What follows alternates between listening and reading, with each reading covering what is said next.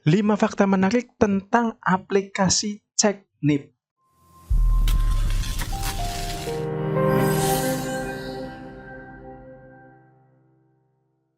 Assalamualaikum warahmatullahi wabarakatuh kepada teman-teman CASN 2021 yang saya banggakan, baik CPNS maupun P3K. Tentunya teman-teman sudah melihat saya video sebelumnya ya di sini ya, bahwa video sebelumnya ini saya menjelaskan tentang aplikasi Cek NIP. Nah, puji syukur alhamdulillah sudah banyak teman-teman yang mencoba aplikasi tersebut dan sudah banyak yang muncul ya NIP-nya ya. Saya ucapkan selamat ya buat teman-teman semuanya yang NIP-nya sudah keluar, dan bagi yang belum keluar, mohon bersabar ya, karena proses pemberkasan di BKN ini masih berlangsung. Nah, di video kali ini saya akan membuka fakta 5 menarik ya, tentang aplikasi Cek NIP. Nah, apa aja itu? Silakan simak videonya.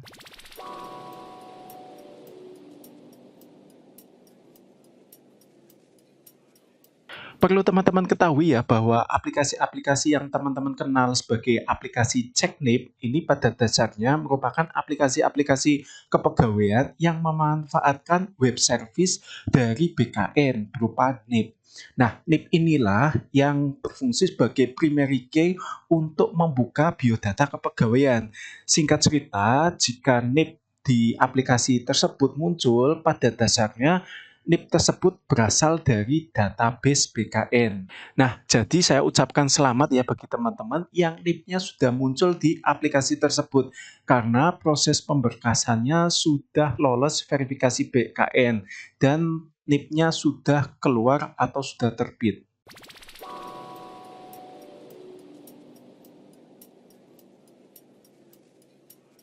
Aplikasi Cek NIP merupakan alat bantu untuk mengecek apakah NIP kita itu sudah keluar atau belum.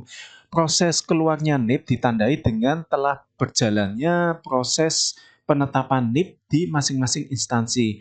Oleh karena itu, teman-teman pastikan dulu progres pemberkasan atau penetapan NIP-nya pastikan tidak 0% ya. Karena jika masih 0%, ini besar kemungkinan NIP-nya belum muncul. Untuk itu, teman-teman bisa aja nanti coba bulan TMT-nya diganti 2002-04. Nanti cek kembali di atas tanggal 10 Maret 2022 ya.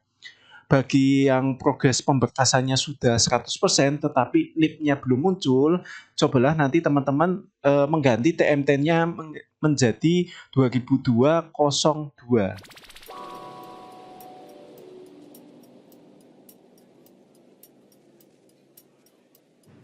Seperti yang saya sebutkan sebelumnya, ini bahwa aplikasi Cek NIP memanfaatkan web service BKN, sementara aplikasinya sendiri bukan milik BKN. Jadi, kalaupun servernya down karena kelebihan beban, itu bukan servernya BKN, melainkan server si pemilik aplikasi tersebut. Jadi seharusnya nggak masalah ya, jika teman-teman mengakses aplikasi Cek NIP itu nggak akan masalah. Saran saya, gunakan aplikasi ini dengan bijak, jangan barbar lah ya. Saran saya nanti teman-teman aksesnya di luar jam kerja ya, biar tidak membebani server si pemilik aplikasi Cek NIP.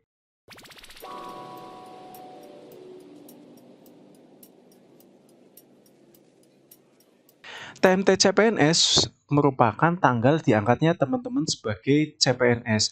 TMT CPNS ini digunakan sebagai bukti dari instansi atau lembaga bahwa seseorang sudah resmi diangkat menjadi pegawainya.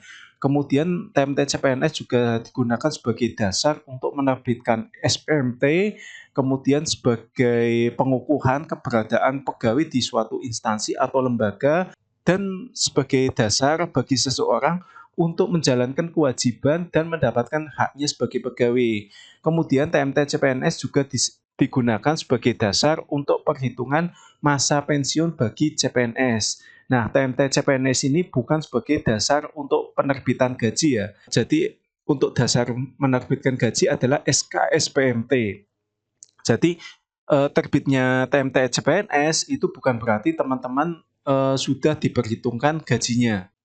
Nah, SK CPNS itu biasanya TMT-nya itu dimulai tanggal 1 Meskipun tanggal 1 itu adalah tanggal merah atau hari libur. Nah, di SKCPNS itu ada tanggal SKCPNS dan ada TMT CPNS. TMT CPNS selalu dimulai tanggal 1, meskipun tanggal 1 itu tanggal merah atau hari libur. Sementara nanti di tanggal CPNS biasanya tertulis sebelum tanggal 1 atau di bulan sebelumnya.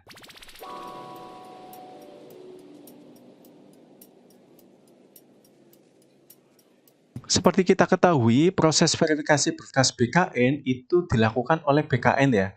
Output dari proses ini adalah penerbitan NIP dan nomor pertimbangan teknis. Nah, NIP dan nomor pertimbangan teknis ini selanjutnya digunakan instansi sebagai dasar untuk pembuatan SK CPNS. Nah, berbicara tentang pembuatan SK CPNS, tentunya ada prosesnya lagi. Mulai dari pengajuan daftar CPNS yang mau diangkat ke PPK atau bupati, wali kota, gubernur kalau di Pemda. Kemudian setelah ditandatangani, daftar tersebut dibuatkan SK satuan per orang dan ditandatangani oleh Sekda atau Kepala BKPSDM.